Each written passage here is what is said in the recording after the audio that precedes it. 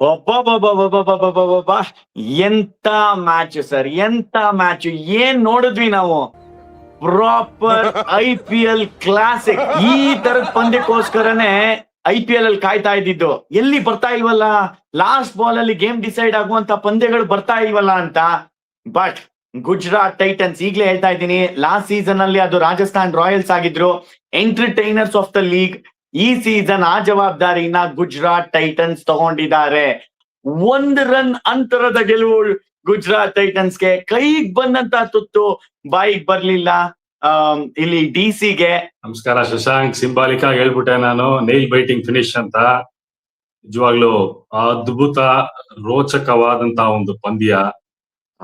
2ನೇ ವಾರಕ್ಕೆ ಬಂದ ಮೇಲೆ ಈ IPL ಬಂದು ಒಂದು ಬೆಳಕಿದೆ, ಜೀವ ಬಂದಿದೆ ಈ ಒಂದು ಪಂದ್ಯಾವಳಿಯಿಂದ. Outstanding match.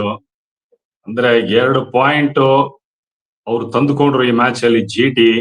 But end of the day ಈ ಒಂದು ಗೇಮ್ ಓವರ್ ಆಲ್ ವಿನ್ನರ್ ಅಂತ ಹೇಳ್ಬೇಕು.